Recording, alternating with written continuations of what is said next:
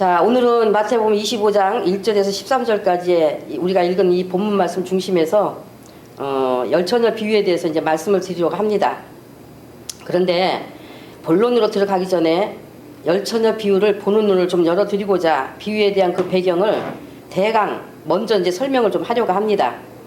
비유를 말씀하신 예수님의 생각과 맞지 않는 비유풀이들은 전부 다 바리새인 누룩, 서기관 누룩으로 인간 교훈들에 불과한 것이 되어서 만일에 영이 산 사람으로 성경이 좀 열린 사람이라면 그 같은 예수님의 생각에 맞지 않는 인간의 교훈들은 들어지지가 않는 것입니다. 오늘날 성경을 머리로 믿는 사람들이 박사가 돼 있고 학자가 돼 있고 목사가 돼 있다는 것, 머리로 끊임없이 연구하고 비교함으로써 성경을 말하고 있다고 여러분이 깨어날 힘이 될 수 있도록 충분히 말씀을 드려왔습니다. 예수님이 말씀하신 비유는 그 포커스가 누구라고 했습니까? 비유의 핵심, 바로 예수님이시기 때문에 비유를 말할 때 예수님께 맞춰지지 않은 것은 거짓이라는 것, 누누이 말씀드렸던 부분입니다. 그러니까 비유는 포커스가 예수님이시라는 것, 그 다음 예수님은 대부분 유대인들을 대상으로 하여 비유를 말씀하셨다는 것, 그 다음 이스라엘 속에 넣으신 하나님의 언약의 뜻을 비유로 말씀하셨다는 것, 또 그 다음 예수님이 말씀하신 비유가 바로 구약 성경 말라기와 신약 성서가 기록되기까지 약 400여 년간의 공백기를 다룬 성경과 같은 역할이라는 것. 그래서 이 몇 가지의 사항을 알지 못하면 비유는 말할 수가 없는 것입니다. 그런데 신구약 중간사에 대해 비유를 통해 깨닫지도 못한 사람들이 구약과 신약의 차이조차도 구분되지 않는 영적 소경들이 비유를 말하고 있으니 거기서 무슨 정답들이 나오겠습니까? 신약 사복음서에 보면 바리새인, 서기관, 사두개인 이들이 항상 등장하지 않습니까? 그래서 예수님이 말씀하실 때마다 이들을 대상으로 하여 말씀하신 겁니다. 도대체 이들의 정체가 뭐길래 예수님이 그들을 향한 말씀을 그렇게 하셨는가? 알아야 복음서를 이해할 수 있고 비유의 해석을 바로 할 수가 있는 겁니다. 그래서 이것을 알려면 구약과 신약 사이 성경이 기록되지 않는 약 400여 년의 시대로 가봐야 합니다. 이스라엘이 솔로몬 왕의 아들 르호보암 왕 때 나라가 둘로 나뉘어졌습니다. 르호보암 왕에게는 유대 지파와 베냐민 이 두 지파가 남았는데 베냐민 지파는 이미 멸종되다시피 했고 대부분 유다 지파 사람들로 이루어져서 남왕국 또는 남유다라고 불렀습니다. 그리고 르호보암 왕에게서 10지파가 나갔는데 그들은 북왕국 또는 북이스라엘이라고 불렀습니다. 이 북이스라엘이 약 210년 후 아수르 제국에 의해 멸망을 당하고 결혼의 혼혈을 이루고 그러므로 신앙의 성결도 잃어버렸습니다. 이 북왕국의 수도가 사마리아인데 신약에서 보면 유대인들이 이 사마리아인들을 여호와 신앙을 버린 개로 취급하여 상종하지 않는 것을 알 수 있지 않습니까? 그 다음 남왕국 유다가 북이스라엘보다 약 150년 정도 더 존속하다 바벨론에 의해 전쟁 포로로 잡혀가 살았지만은 유다 지파는 핏줄의 성결을 유지하고 신앙 성결을 굳게 지켰습니다. 이후 70년 포로 생활에서 귀환하여 예루살렘 성전을 재건하면서 이들에게 고민이 생겼습니다. 왜 우리가 다른 나라의 침략을 받고 이렇게 고난 가운데 불행을 겪느냐? 이것은 우리 조상들에게 문제가 있어서 그런 것 아니겠느냐? 조상들이 하나님께 죄를 지어 그런 것일 테니 그러면 조상이 지은 죄가 무엇인가 찾아내서 우리는 다시는 그 같은 죄를 짓지 말아야 하지 않겠냐 하고 조상들이 어떤 죄를 졌는가 깊이 연구해 본 결과 안식일 범한 죄가 클 것이라 생각한 겁니다. 그때 이 유대지파가 자신들은 그 어떤 환난과 핍박이 있었어도 혈통이든 신앙이든 성결을 지키고 성전 중심의 신앙을 했다 해서 율법을 지키며 살았다 해서 여호와 하나님 섬기는 일을 유대 지파 이름을 따서 유대교라 한 것입니다. 그러니 제일 먼저 사마리아인들을 배척할 수밖에 없었어요.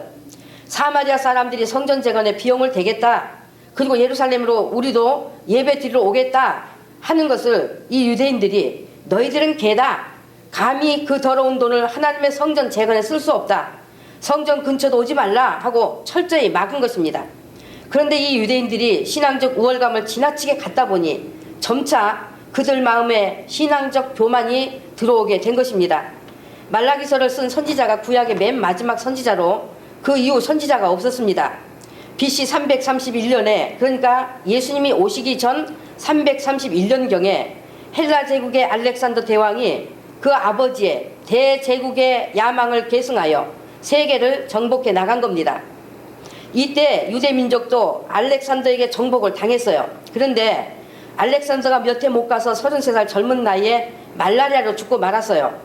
알렉산더가 통치하던 제국은 4개의 왕조로 나뉘어져서 이 유대민족은 그 중에 톨레미라는 왕조의 통치를 받게 된 겁니다. 톨레미 왕조는 통치하는 민족들의 내정은 간섭하지 않았고 종교도 간섭하지 않았고 단지 조공만 조금 받는 것으로 하고 자유를 주었었습니다. 그래서 유대민족이 이때는 여호와 섬기는 것과 유대계의 전통이나 문화를 지킬 수가 있었던 겁니다. 이때가 바로 이제 헬라 시대로 헬라 문화와 헬라 언어를 접하게 된 거예요. 그때 당시 이 헬레니즘 문화가 세계 곳곳에 퍼져나갔고 헬라어가 세계적인 언어의 역할이 되었어요. 그런데 유대인들의 이 자유도 BC 200년경에 끝나고 말았습니다. 시리아라는 나라가 힘을 길러서 이 톨레미 왕조에게서 유대 나라를 빼앗은 겁니다. 이 시리아의 안티오쿠스 4세에 의해서 유대민족의 엄청난 순환이 시작이 되었어요.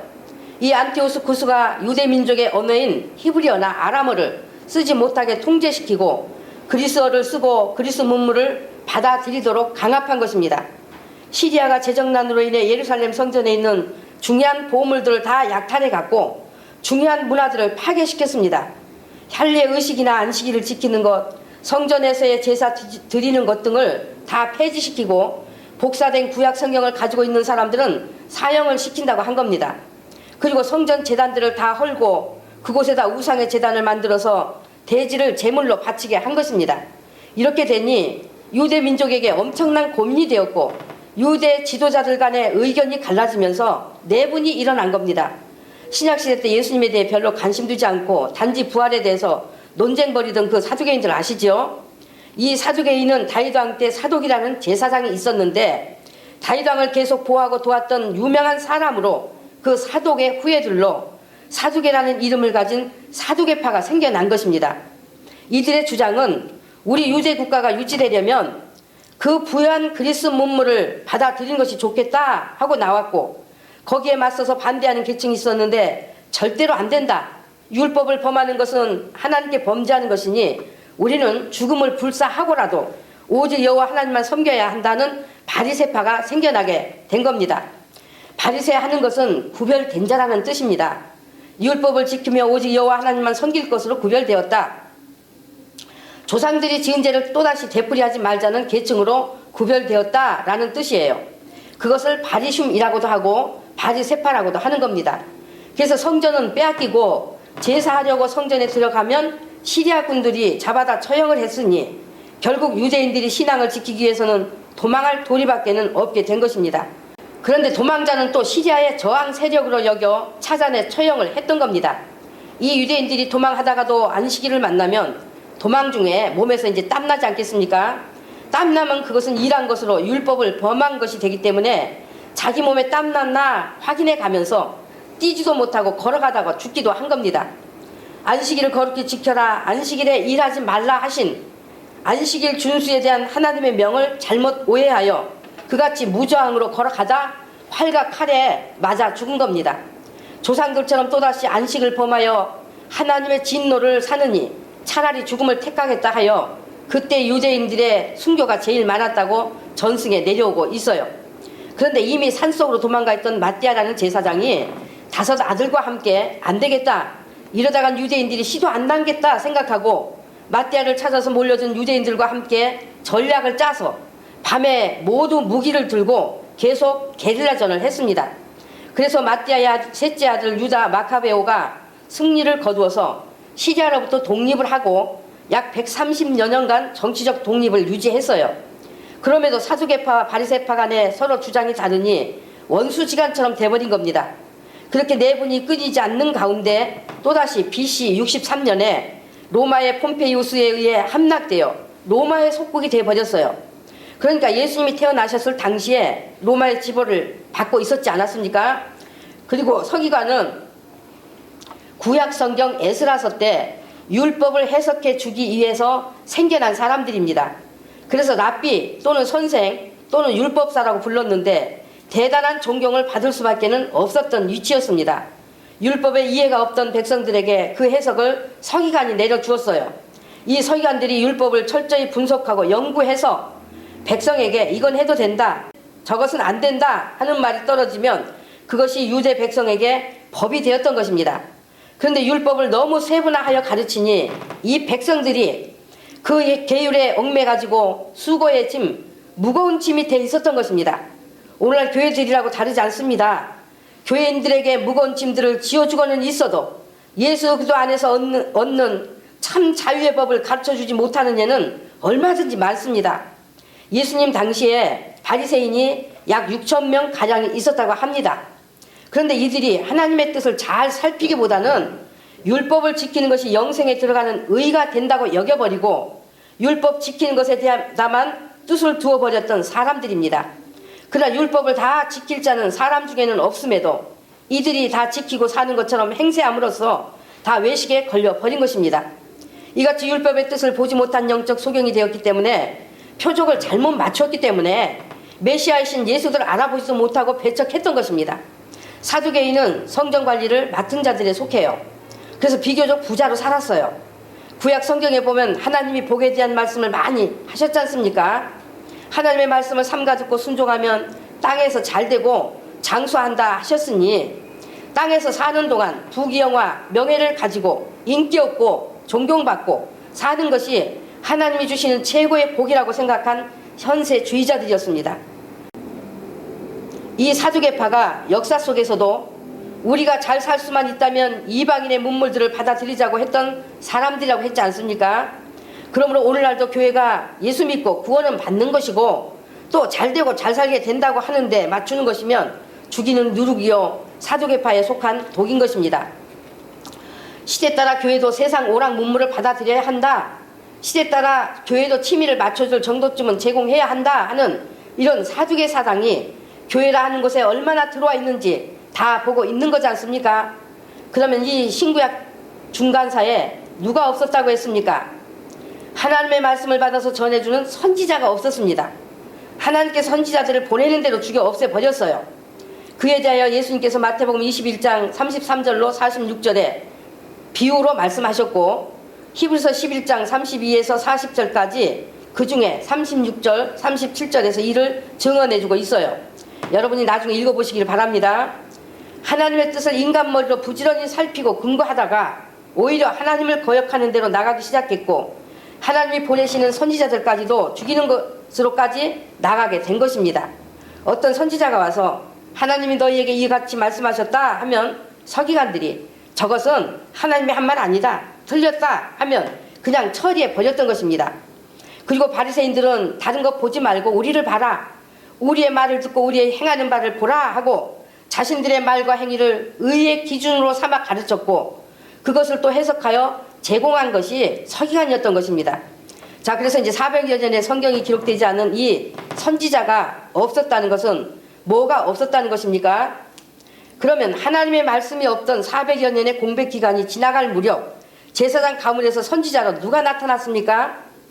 침례 요한은 유대 나라에서 제사장 가문의 대단히 지체 높은 반열인 집안에서 태어났습니다. 그러니까 유대 백성들은 비로소 우리 민족에게 등불이 될 선지자가 나왔다 하여 침례 요한이 움직이는 대로 따라다니며 그의 말을 들었는데 이 유대교 지도자들은 저게 진짜냐 가짜냐 하면서 네가 하나님이 보내신다는 엘리야냐 하고 묻기나 하고 차마 죽일 수는 없으니까 백성들에게 더 존경받는 것을 용납하지 않으려고 했었던 것입니다. 그러니까 이들이 예수님도 누구로 알았습니까? 선지자로 알았기 때문에 죽일 구실을 찾은 것입니다. 그래서 마태복음 5장 12에 예수님께서 나 때문에 핍박받으면 너희가 기뻐하고 즐거워하라. 하늘에서 너희 상이 크도다. 너희 전에 있던 선지자들을 이같이 핍박하였느니라 말씀하신 겁니다. 이스라엘 민족이, 그것도 하나님의 백성이 왜 고난을 받는 것인가? 조상의 죄 때문이다. 조상이 율법을 어기고 안식일 범하는 죄를 지어 하나님께 범죄했기 때문에 고난을 당하게 된 것이니 우리는 바로 섬기자. 이것을 어기는 자는 죽이더라도 차라리 죽이는 것이 낫지. 유대 민족이 더 이상 고난받는 일이 없어야 하겠다 하는 자기들 나름으로는 그것이 옳은 것인 줄 생각했던 것이 오히려 하나님의 선지자들을 죽이고 예수님까지 죽이는 대로 나가게 된 것입니다. 그래서 우리는 무엇을 깨달아야 하겠습니까? 인간의 자기 머리에서 나는 것은 아무리 옳은 것이라도, 아무리 좋은 것이라도 하나님과 관계없다는 것을, 하나님과 원수로 행하게 된다는 것을 깨닫는 것이 돼야 하는 겁니다. 인간 자기가 옳은 것을 찾고 옳다고 생각하고 나오면 그것은 사단이 100% 지배하게 되는 것입니다. 그래서 바리새인, 서기관, 사두개인 이들이 어디서 어떻게 생겨나게 되었고 무엇을 주장한 자들인지 이제 이들의 정체에 대해서 확실히 아셨습니까? 아멘. 오늘은 여기까지만 말씀드리고 이제 이어질 말씀은 다음으로 하겠습니다. 지난번 1차 이 열처녀 비유에 대해서, 예수님의 비유 말씀에 대해서 우리가 어떻게 봐야 되는지 이제 그 부분에 대해서 여러분이 들으셨고, 또 우리가 이제 비유 한 2편 정도만 말씀을 드리면 앞으로 이제 비유는 어떻게 봐야 되는가 하고 줄줄이 다 풀려버립니다. 그러니까 비유에 대해서 어렵지 않아요. 예수님 말씀에 대해서 어렵지 않아요. 그러니까 그게 들을 게 있는 자겠어요? 없는 자겠어요? 들을 게 있는 자입니다. 들을 게 있는 자인데 들을 게 있는 자로 끝나서는 안 되죠. 아, 맞구나, 저게 맞다 하는 것으로 끝나서는 안 돼요. 그 말씀이 자기 영의 생명이 돼서 능력으로 나와야 됩니다. 능력이 돼야 돼요. 그렇기 때문에 오늘도 제가 그 앞서 드렸던 말씀에 의해서, 앞서는 이제 제가 비유를 어떻게 보는가 하는 거에 대해서 말씀을 드렸던 것이고, 그러니까 이제 그대로 이어서 오늘 말씀을 들어가겠습니다. 자, 신구약 중간사를, 그러니까 즉 말라기 이후부터 침례 요한이 오기까지를 말씀이 없는 무슨 시대라고요? 암흑 시대라고 합니다. 그러니까 하나님의 말씀에 빛이 없는 캄캄한 밤의 시대, 밤중 시대라 한다는 말입니다. 그러니까 오늘 본문 말씀에서 예수님이 밤중에 하신 것이 있습니까, 없습니까? 6절에서 밤중에 소리가 나되 보라 신랑이로다 맞으러 나오라 했다는 거죠.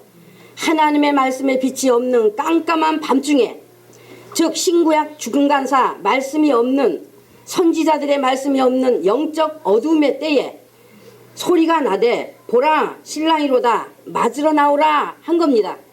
그러면 보라 신랑이로다 맞으러 나오라 한 것은 누구를 비유한 것일까요? 바로 침례 요한을 비유한 것입니다. 오늘 25장 1절에서 그때에 라고 이제 시작하셨습니다.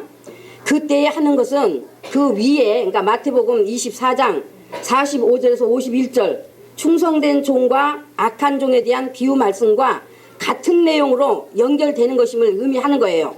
그러니까 구약 이스라엘 백성의 신앙 역사다 말이죠. 역사. 그때에 천국은 하셨는데 예수님은 항상 천국에 대한 비유를 말씀하셨다는 것, 여러분 다 아시는 거죠? 천국은 뭐냐? 바로 천국은 이와 같다는 것을 말하기 위해 비유로 천국을 말씀하셨다는 말입니다. 그러면 천국은 누구를 말한다고 했습니까? 예수님을 말씀한다는 것, 예수님이 천국이시라는 것 여러분 다 아십니다. 또는 하나님 나라라고도 합니다. 하나님 나라의 왕이 바로 예수님이세요. 그래서 천국이나 하나님 나라나 같은 것을 말하는 것입니다. 그러면 하나님이 천국의 씨를 어디에 넣으셨습니까? 아브라함 때에.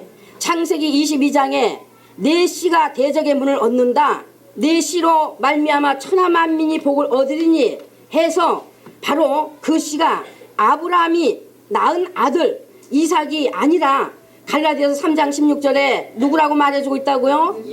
그리스도라고 말해주고 있어요. 바로 예수님이시라고 말해주고 있습니다. 그래서 아브라함에게 독자를 주시겠다는 언약을 하시고 이삭이 태어난 것이 바로 하나님의 독생자를 주시는 천국의 씨가 아브라함 때부터 뿌려진 것입니다. 하나님이 씨를 주겠다고 하신 것, 독생자를 주시겠다고 하신 것으로 아브라함 때부터 씨의 싹이 난 것입니다. 그래서 기독교는 아브라함에게 언약하신 것부터 시작이에요. 기독교는. 그러니까 갈라디아서 3장에서 모든 이방 민족들을 믿음으로 말미암아 의로 정하시려고 먼저 아브라함에게 무엇을 전했다고 했어요? 아브라함에게 먼저 무엇을 전했어요? 네? 네, 복음을. 그러면 복음을 가장 시초로 받은 사람이 누구라는 거예요?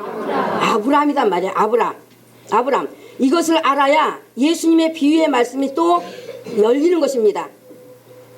풀리는 거예요. 마가복음 4장 28절에 보면은 땅이 스스로 열매를 맺되 처음에는 싹이요 했어요. 그러면 이것은 어디를 비유한 것일까요? 처음에는 싹이요 했으니 어디 비유예요? 아브라함 비유예요. 아브라함과 이삭과 야곱에 대한 비유예요. 다음에는 이삭이요 했습니다. 그럼 이것은 어디를 비유한 것일까요? 이스라엘을 비유한 거죠. 이스라엘. 아브라함의 후손들 이스라엘을 말하는 것입니다.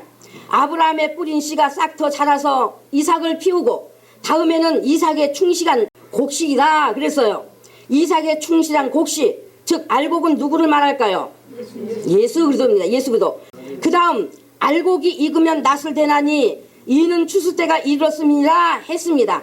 알곡이신 예수 그리스도를 만나 구원받은 사람들이 또한 열매이기 때문에 하나님의 나라 천국은 그 목적이 열매를 거두는 것이기 때문에, 그러므로 유대인 중에 예수님을 메시아로 구주로 영접해 맞아들인 자는 바로 아브라함 때 뿌린 생명의 씨를 받아서 그 씨로 싹터 이삭을 피고 예수 그리스도와 말미암은 열매가 되어 예수님과 함께 열매로 거두어진다는 것을 오늘 본문 10절에 예비하였던 자들, 즉 슬기로운 자들은 혼인잔치에 들어가고 문은 닫힌지라가 되는 것입니다. 그래서 열처녀라 하는 것은 숫자 10명을 말하는 것일까요? 아니요. 열처녀 하면 숫자 10명 말해요? 아니요. 그럼 뭘 말할까요? 완전한 거. 예. 그러니까 유대인 전체를 말하는 것입니다. 유대인 전체. 열처녀 하는 것은 유대인 전체를 말한단 말이죠. 알아들으셨죠? 열의 의미는 그 전체, 공동체 전체를 비유한 거예요. 그러니까 이 유대인의 완전한 수의 유대인의, 그리고 다섯은 미련하고 다섯은 슬기롭다 하는 것은 10명 중에 그래도 반은 혼인잔치에 들어가고 반은 못 들어갔다는 것은 그런 말이 아닙니다. 야, 그래도 비율로 보면은 양호한 숫자다. 5대 5니까 참 양호한 숫자다. 그래도 이런 계산이 아닌 거예요. 이런 계산이.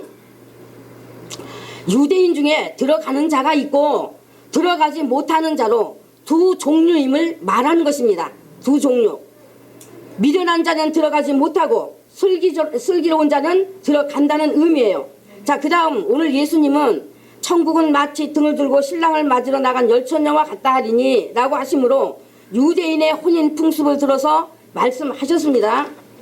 창세기 2장 24에 남자가 부모를 떠나 그 아내와 연합하여 한 몸을 이룰지로다 하신 것은 인간 남녀가 만나 결혼하는 것을 말하는 것이 아니라 예수님께서 하나님 아버지를 떠나 이 땅에 신부를 맞으러 오신다는 것에 계시의 말씀이라는 것을 이미 말씀을 드렸습니다. 네.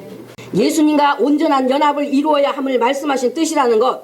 그래서 하나님의 계시의 말씀은 그대로 이스라엘의 생활 속에 넣으시고 하나님의 말씀의 의도를 깨닫는 한 반편이 되게 하셨다는 것, 여러분께 누누이 말씀을 드렸던 부분입니다. 그래서 예수님이 이스라엘의 그 혼례 풍습을 들어서 천국을 비유하여 말씀하신 것입니다. 이스라엘 혼례 풍습 아시죠? 신랑이 신부집으로 오는데 저녁에 옵니다. 저녁에. 신랑이 언제 올지 모르니까 등과 기름을 준비하고 초저녁부터 저 동구밭 길에 나가서 기다리는 겁니다. 초저녁에 올지 밤중에 올지 한밤중일지 모르기 때문에 등에 불을 밝히고 기다리는 거예요. 그러니까 예수님이 언제 오신다는 거예요? 예수님이 언제 오신다는 거예요?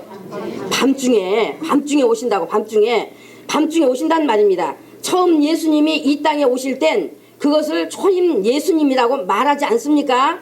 아주 캄캄함이 극에 달한 한밤중에 오셨다는 것을 여러분이 반드시 기억하셔야 합니다. 천국은 뭐냐? 그같이 천국이신 신랑을 기다리고 그 신랑을 맞아 영접하여 신랑과 함께 혼인자리로 들어가는 것이 천국이라는 것임을 말씀하는 거예요. 그러면 천국은 마치 등을 들고 라고 하신 그 등은 무엇을 비유인가?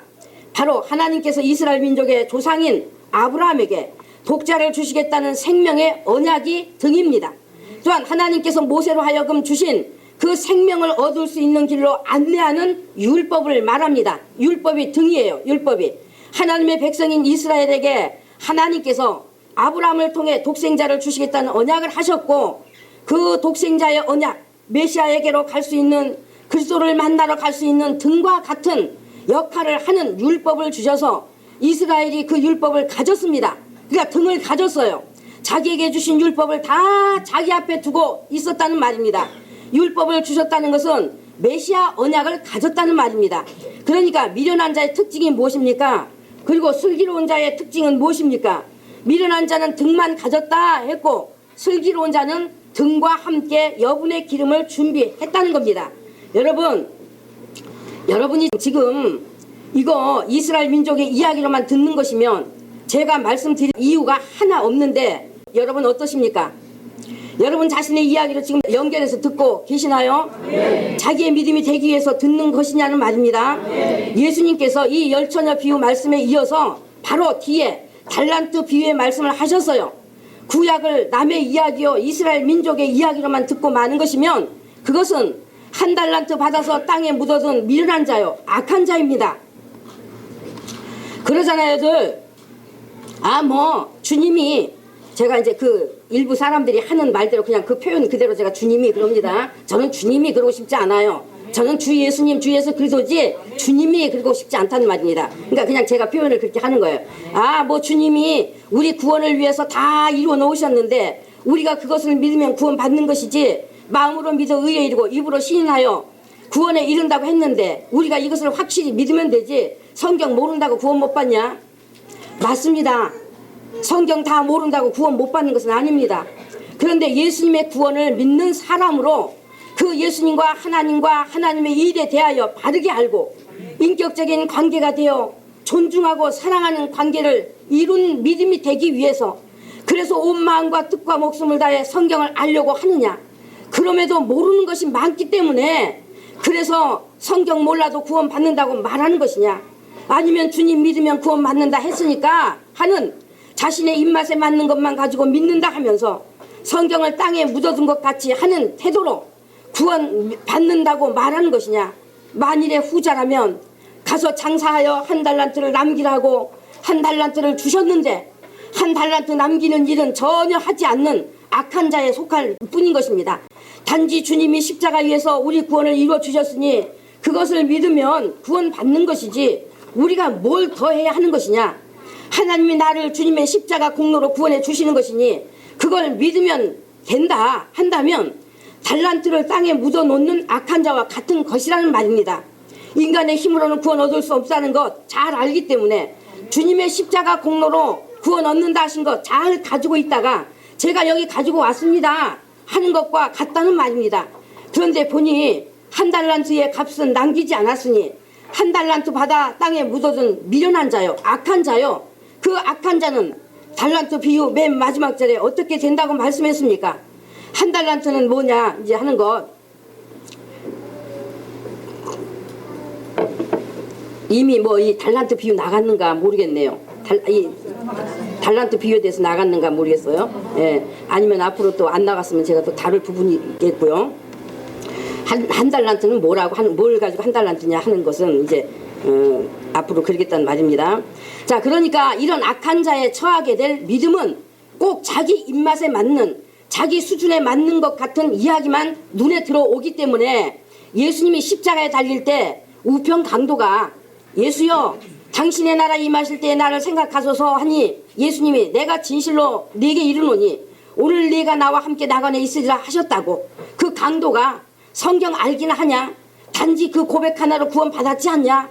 그러니까 죽는 그 순간에도 예수님이 구주인 것을 믿고 시인하면 구원 받는다 말하고 있는 것입니다. 그러나 우편 강도가 성경을 알았는지 알지 못했는지는 모르지만 그 강도는 예수님이 누구신지, 즉 예수님이 무죄하신 분이라는 것, 예수님이 행하신 일과 예수님의 나라, 즉 하나님 나라의 왕이신 분으로 하나님이신 것을 정확히 알고 있었던 사람입니다. 또한 자신은 형벌을 받아도 마땅한 죽을 죄인임을 알고 있는 사람이었어요. 그것을 알았기 때문에 자기 영혼이 구원 얻기를 원하였던 거예요. 영혼이 구원 얻기를. 그러나 좌편 강도는 예수님을 비웃고 가로되 내가 그리스도가 아니냐, 너와 우리를 구원하라 하고 예수님이 그리스도인 것을 알면서 죽지 않게 하라, 즉 이 죽을 위기에서 구원하여 십자가에서 우리를 너와 내가 좀 내려가자, 육체가 살게 하라는 것, 세상에서 살 육의 구원을 얻기를 원했던 것입니다. 자신이 지은 죄로 십자가에 달렸어도 자기가 죄인인 줄도 모르는 교만으로 땅에서 살 것을 위한 그리스도를 찾았고, 우편 강도는 자신이 죄인으로 당연히 죽어야 마땅한 죄인인 것을 알고 영원히 구원 얻기를 원했던 것이란 말입니다. 그래서 예수님 오신 이후에 온 인류는 예수님 십자가에 달릴 때 함께 달렸던 좌편 강도냐 우편 강도냐 하는 두 종류라는 것을, 그래서 우편 강도처럼 예수님을 믿고 아는 일에 영혼에다가 초점을 두는 것이면 그는 낙원 즉 천국으로 들어갈 것이요, 예수님을 믿는다 나 육의 것이다 두는 것이면 구원함이 없다는 것을 분명히 갈라 보여주신 의미인 것입니다. 예수님을 믿는다 해도 거기에는 혼인잔치에 들어가는 자가 있고 들어가지 못하는 자가 있다는 두 종류에 대해서 보여주신 것이라는 말입니다. 그러니까 아무데나 갖다 붙이고 헛소리들을 하지 말라는 거예요. 헛소리들을 하지 말라는 얘기예요. 그리고 이같이 5달란트 받아 남긴 자의 가르치는 모든 말씀을 잘 받아서 하나님의 뜻대로 믿음을 가진 자는 슬기로운 자요, 그리고 받은 말씀으로 다른 사람을 기회가 있는 대로 기회가 되는 대로 바른 길로 잘 인도하는 자가 2달란트 받은 자입니다. 또한 이 성경을 하나님의 뜻대로 하나님의 의대대로 하나님의 생각에 맞게 잘 깨달아서 자기에게 남기는 말씀이 되고 또 믿음이 되고 다른 사람에게 가르쳐 이름으로 남기도록 하는 그것은 5달란트 받은 자입니다. 아멘. 그러니까 저 같은 사람이 5달란트 받은 자다, 그리고 여러분이 2달란트 받은 것이다 하면 기분 되게 나쁘실라나요? 네? 나쁘신가 봅니다. 네. 그냥 이치적으로 설명해 드렸습니다. 그러니까 여러분이 예수님을 믿는다 할 때 슬기로운 분이라면 말씀을 깨닫게 하시는 성령님에 의해서 말씀을 잘 새겨 들으시면서 믿음의 능력, 속사람의 능력을 잘 갖추어 나가실 것입니다. 하나님의 전뜻을 담은 창조와 아브라함과 이스라엘을 통해서 자기 믿음이 되는 길을 잘 안내받으면서 이끌림을 받아 예수님을 자기 안에 모신 슬기로운 믿음이 되실 것이라는 말입니다. 그러니까 신랑을 맞으려면 등과 함께 기름 준비를 하는 슬기로움이 있어야 하는데, 그같이 길을 잘 인도받고 예수님을 만나 영접해 모셔드린 믿음이 되셨을 것이란 말입니다. 그러면 혼인잔치에 들어간 거예요, 안 들어간 거예요? 들어간 거예요. 죽어봐야 혼인잔치에 들어간 것을 말씀하고 있는 것입니까?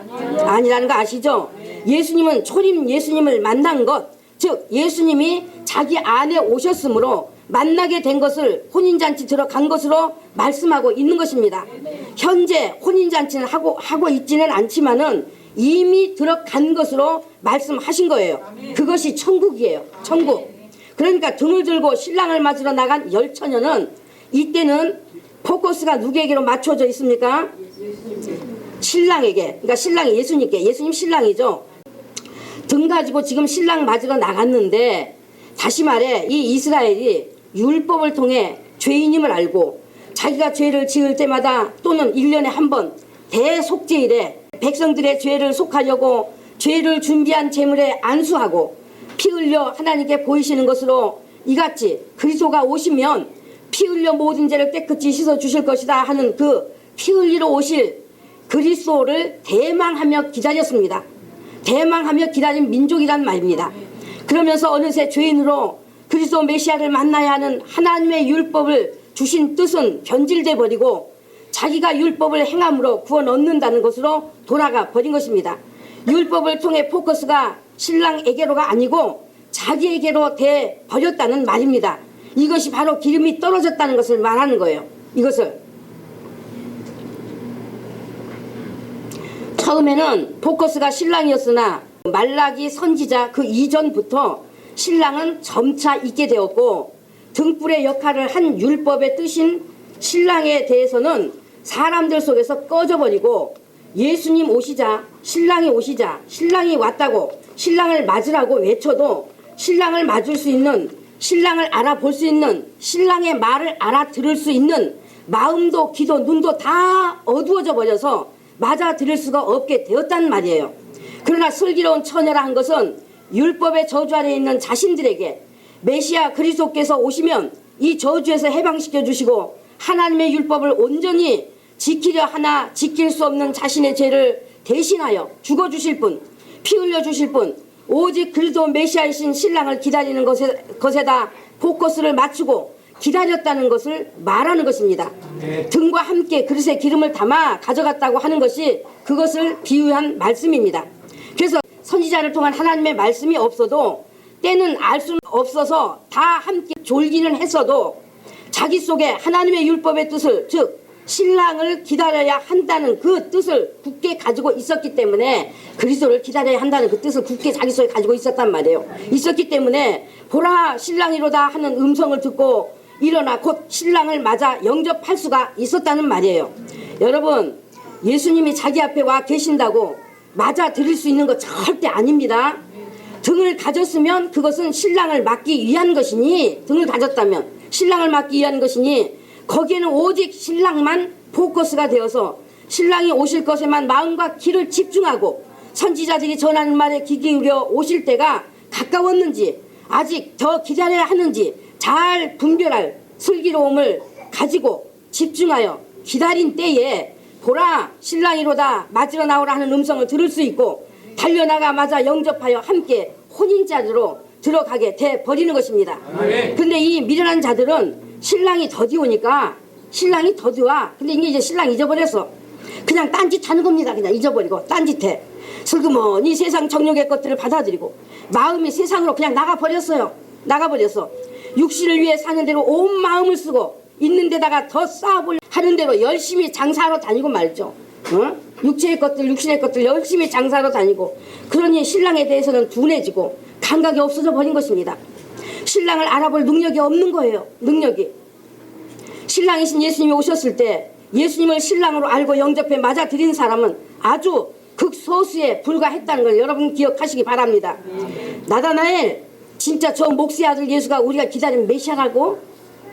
저 사람 목수 요셉의 아들 예수인데 어떻게 저 사람이 메시아냐? 지금 나다나엘은 예수님을 그리스도로 만났거든요. 근데 저게 어떻게 메시아냐? 너 아무래도 정신병원에 가보는 거 좋겠다. 빌립, 내 눈이 어떻게 잘못된 것 아니냐? 어떻게 저 예수가 하나님의 아들이고 메시아냐?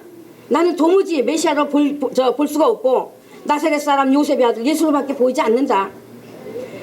어이 나다나엘, 어떻게 해서 저 사람이 하나님의 아들이냐? 하나님의 아들은 베들레헴에서 난다 했는데 저 사람 나사렛 사람 아니냐? 너 혹시 머리 어떻게 된 것 아니야? 어떻게 저 예수가 이스라엘의 임금이라고 말하는 것이냐? 우리는 도무지 믿겨지지 않는다. 누가 그런 황당한 말을 믿을 수 있겠냐? 공회에 잡혀가서 곤욕 치르기 전에 그런 말 하지 않는 것이 좋을 것이다. 이것이 슬기로운 자, 미련한 자의 차이였던 것입니다. 침례 요한이 외쳐 보라 하나님의 어린 양이로다. 내 뒤에 오시는 이는 너희에게 성령과 불로 침례를 주실 것이다. 그러므로 회개에 합당한 열매를 맺으라. 보라 신랑이로다. 외치고 다니자. 그들은 신랑에게 포커스가 되어 있지 않았기 때문에, 신랑에게 포커스가 되어 있지 않았기 때문에 침례 요한 뒤에 오시는 예수님을 볼 눈이 없었어요. 맞을 그런 이 영적인 것이 없었어요. 침례 요한만 따라다니면서 그의 외치는 말 속에서 메시아에 대한 기름을 사보려고 한 겁니다. 기름을 사보려고. 그러나 늦었습니다. 늦었어요.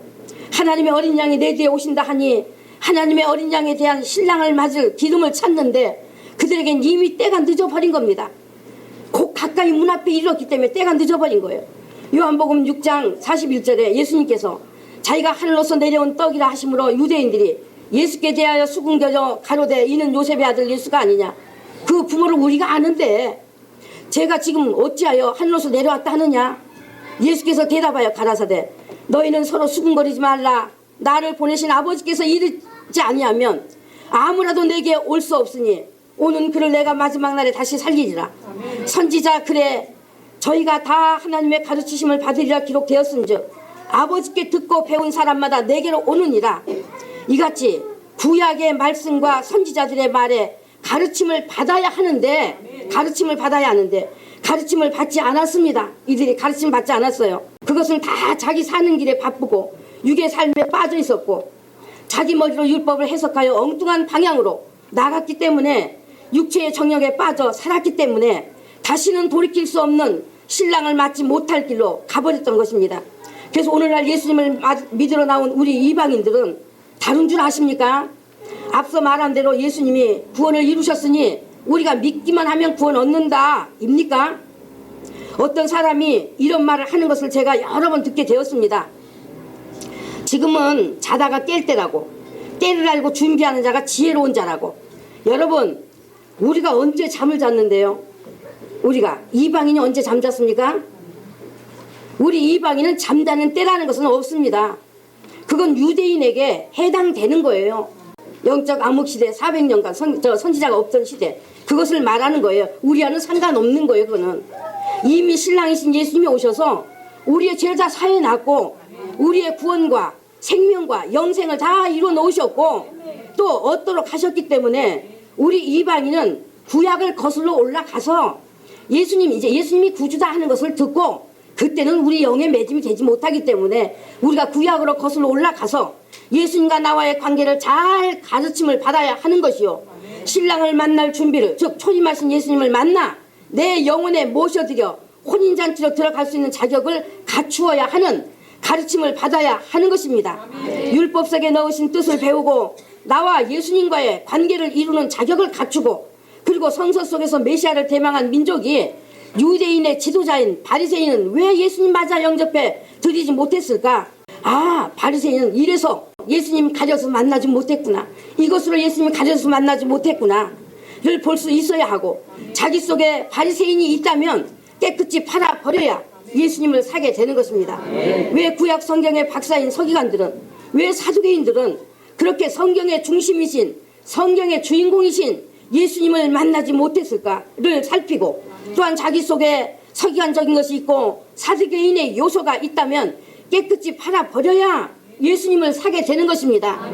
왜 유대교의 지도자들이 예수님을 만나기 위해 성전 제사를 드려왔음에도 정작 예수님을 배척했을까를 살피고 그같이 종교의식만 중시하고 치우쳤기 때문에 소경이 되어 정작 주인공이신 예수님을 만나지 못했다는 것을 깨달아 중시하고 치우쳤던 의식들을 다 팔아버려야 본질, 즉 예수님을 볼 수가 있고 예수님을 사게 되는 것입니다.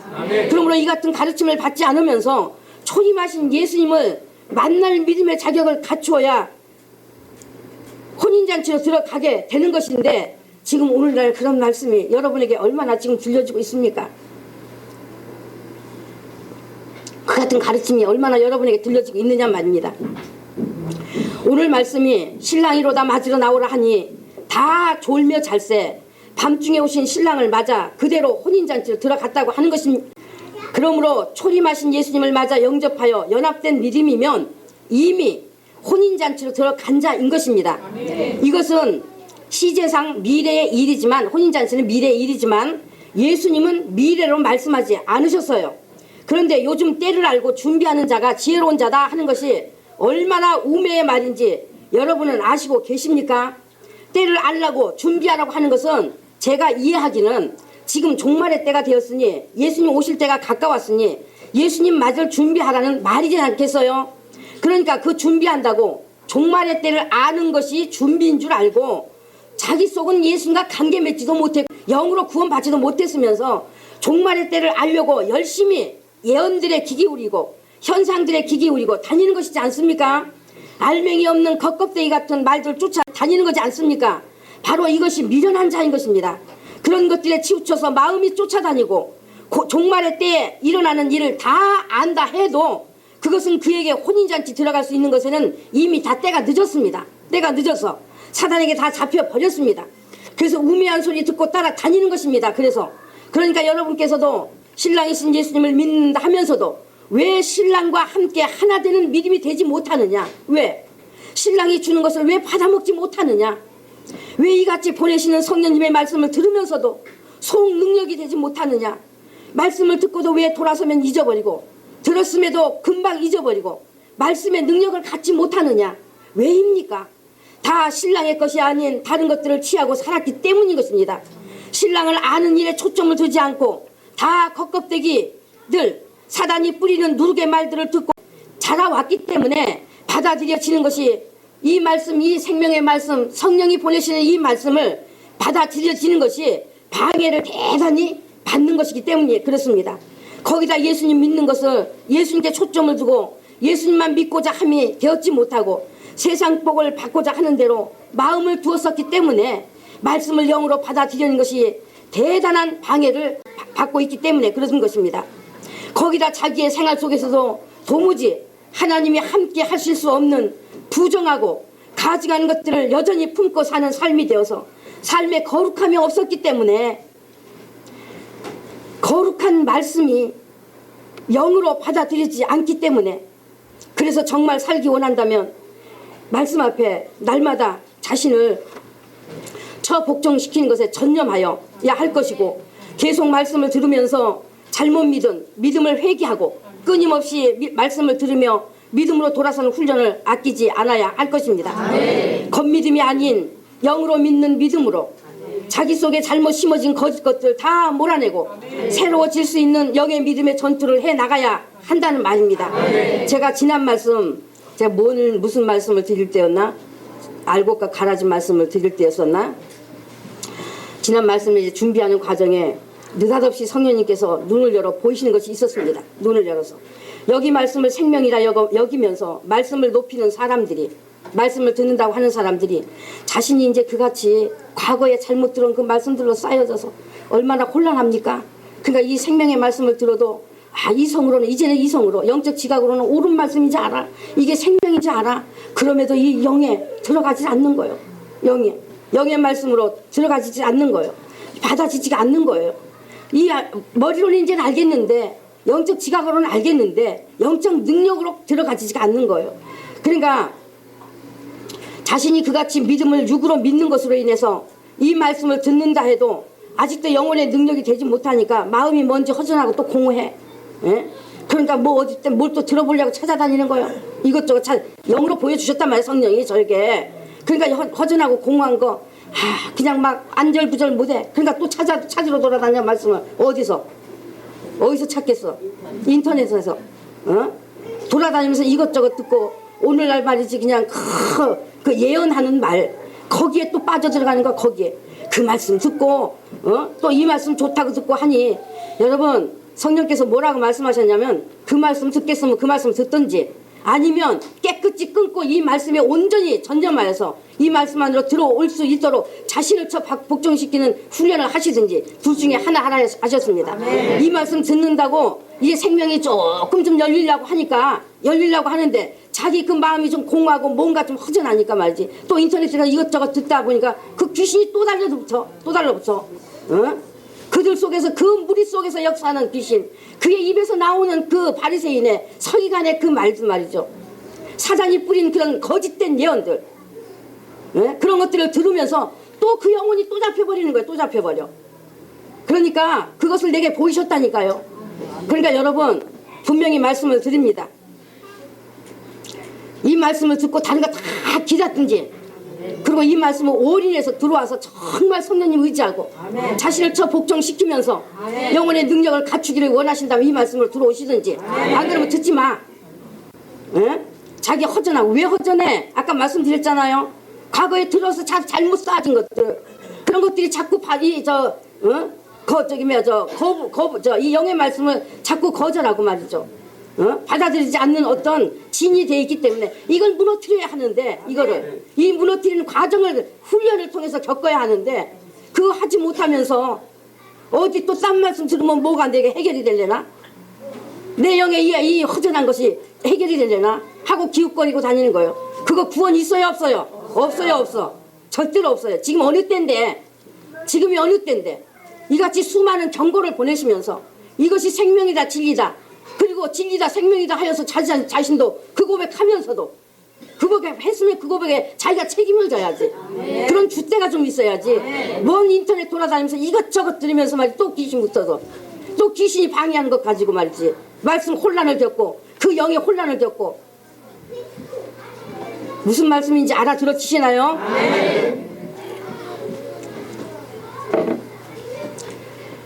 여러분 오늘날 말씀의 홍수를 이루고 있으니 이 성서가 있음에도 그 성서의 말씀을 전한다고 하는 그 말씀들이 홍수를 이루고 있지만은 사실은 영적인 생명을 빈약하고 진리의 능력을 갖추는 말씀이 없는 때입니다. 수많은 말씀이 쏟아지고 있지만 영적 생명을 주는 말씀이 없어요. 진리로 세워질 수 있는 말씀이 없다니까요. 차라리 그냥 내가 성경 봐, 성경 쓸데없는 거 자꾸 그 자기 영혼 말이 자꾸 잡혀먹기는 그런 말 그냥 들으면서 그냥 예언이나 듣고 뭐 환상 받네, 지옥 받네, 그런 거 왜 들어? 성경이 지옥이 있다고 했으면 믿는 것이지. 그냥 믿으라고요. 이 지옥이 있다고 했으니까 예수님 말씀하셨으니 예수님 말씀에 믿는 거지. 뭔 사람들이 지옥 받니 못 받니 하는 거 그거 심취하고 쫓아다니면서 또 귀신에게 잡혀갖고 아이고 그냥 마음이 불안하고 허전하고 뭘 해야 되지, 내가 어떻게 해야 되지? 이것이 무슨 구원이야 이것이. 그러니까 그런 영혼들 다 잡아서 마치 끌고 가려고, 주대 없이 행하는 그런 영혼들 잡아서 끌고 가려고 지금 얼마나 말이지. 이 방향 저 방향으로, 이 방향 다 속아 넘어가. 그러니까 이 방향으로 또 무리를 잡아 끌었어. 무리를 잡아 먹었어. 또 보니까 이 사람들이 뭘 좋아하더라. 그 방향으로 또 그냥 이제 뭐 사람들을 미혹합니다. 또 잡아먹습니다. 그런 걸 아시란 얘기예요. 그런 걸 아시라. 영적인 어둠에 잡혀 있다는 말입니다. 그래서 사람들이 영을 살리시는 성령으로 깨닫고 성령의 지혜로서 말씀을 전하는, 또한 성령님으로 말씀을 듣는 것이 돼 있지 않는 영적인 깜깜한 밤중과 같은 때입니다. 지금 밤중과 같은 때. 아무리 성서가 있어도 말입니다. 사단이 그렇게 어마어마한 거짓 선지자들, 거짓 목사들을 뿌려놔서 지금 영적인 밤중의 때란 말입니다. 말씀이 없어서 영적 밤중이라는 건 말하는 것 아니에요. 초림의 예수님이 밤중에 오셨다는 것 여러분 기억하시라. 아까 말씀드렸지 않습니까? 그때도 말씀이 없었다 하니까 백성이 말씀을 뭐 전혀 뭐 듣지 못하고 선지자가 없었다니까 뭐 말씀 전혀 듣지 못해서 받지 못했다는 것 아니에요. 바리새인 서기관 유대교의 지도자들이 구약의 말씀을 열심히 백성들에게 가르치고 가르치는 자들이 바글바글 했었습니다. 가르치는 자들이 바글바글 했었습니다. 그러나 그 가르침이 하나님과의 뜻에서 벗어난 말씀들로 백성들을 가르쳤고 이끌었기 때문에 함께 다 소경이 되어 버렸던 거예요. 함께 예수님의 재림이 가까운 이때도 마찬가지 정신들 차리시자고요. 정신들. 사단이 인본주의의 마음과 귀와 머리를 이용하여 거짓으로 포장된 말씀을 어마어마하게 뿌리고 있는 때라는 말이에요. 지금 이때 여러분이 정신 차려 성령님의 인도를 받지 않으면 다 한 소경으로 끌려간다는 말입니다. 다 한 소경으로. 근데 기회가 있으려는가 모르겠어요. 예? 열처녀의 비유에서 미련한 5처녀, 슬기로운 5처녀, 뭐 저분이 예수님이야? 근데 맞아 집니까? 눈앞에 보면서도 맞아들이지 못했어요. 예? 그것은 영으로 맺어야 되는 것이기 때문에. 영으로 맺어야 되는. 여러분 눈앞에 예수님 오셔서 예수님 맞아들이지 못해. 저분이 예수님이라고 아무리 가르쳐줘도 자기 마음에 그 예수님을 맞아들일 수 있지를 못해요. 왜? 준비가 안 됐기 때문에. 자격을 갖추지 못했기 때문에.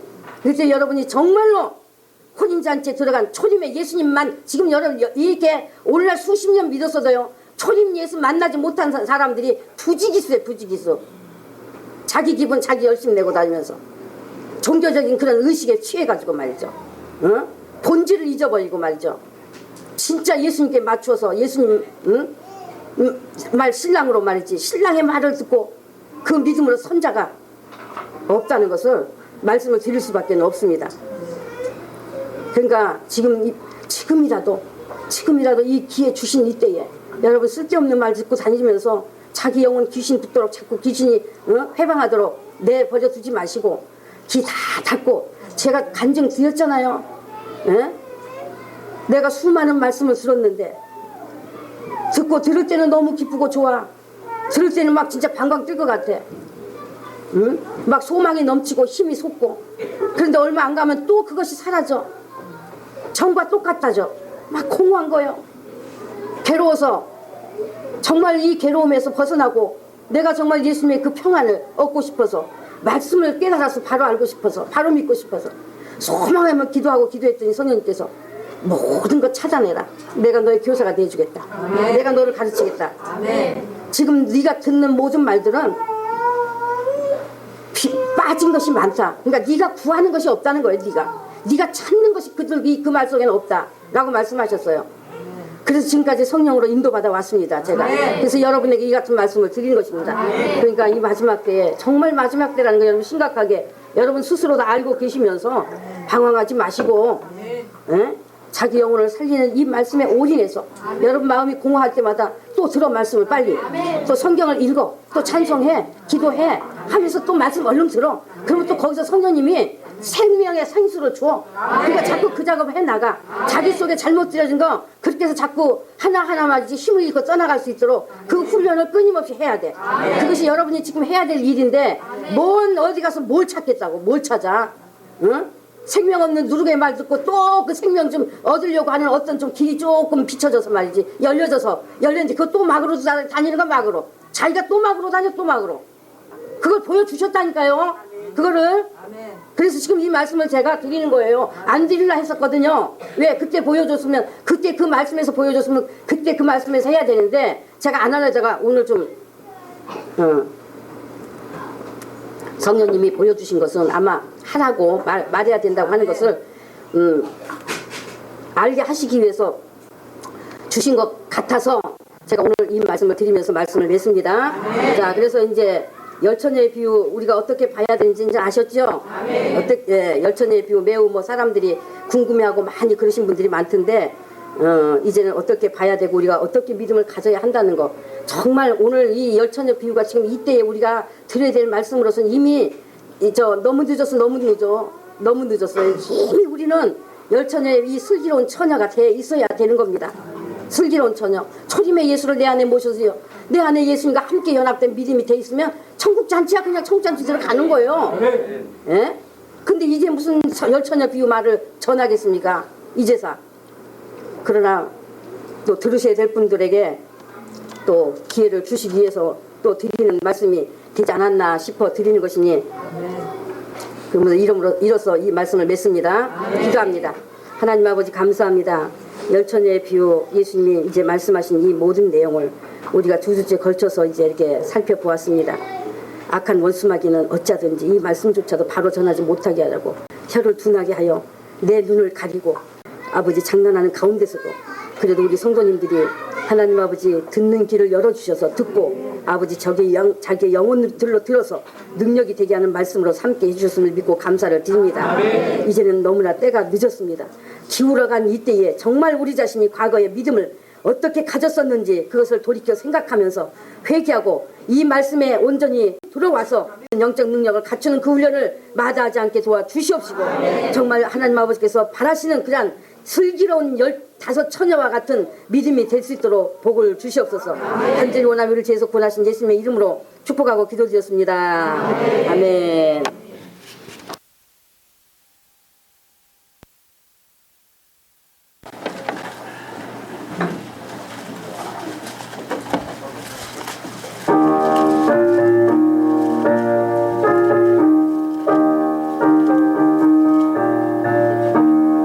신랑 대신 예수께서 다시 오실 때 밝은 등불 들고 나갈 준비했느냐 그날 밤